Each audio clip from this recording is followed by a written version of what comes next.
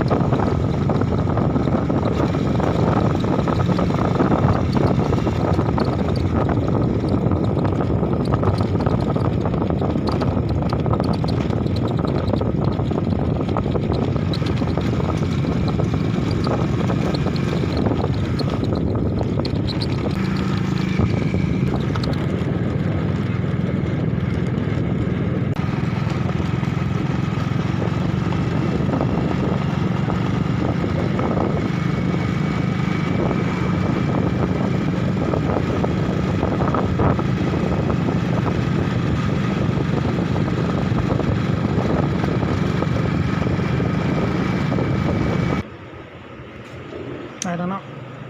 เครื่องเขาฝากแมวแต่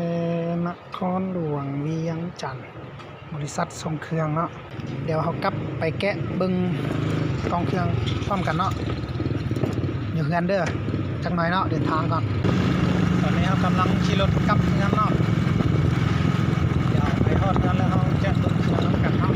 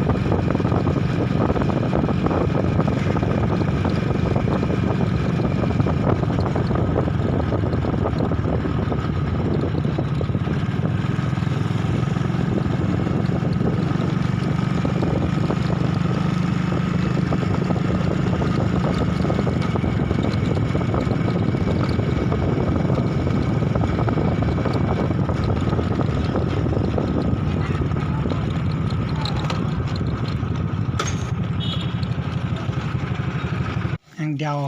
เขามาแกะเบิ้งเครื่องที่เขาออกมาเนาะฮอดเฮือนแล้ว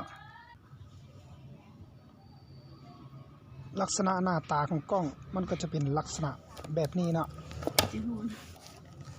เป็นกล้องถ่ายวิดีโอที่สามารถถ่ายอยู่ในน้ำได้เนาะเอามาแกะกล้องพร้อมกันเลย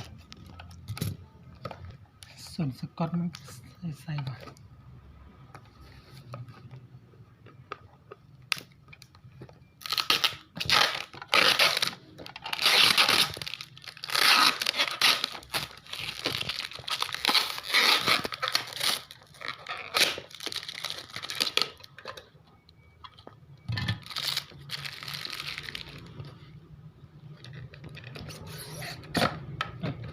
สั้นใช่ปะ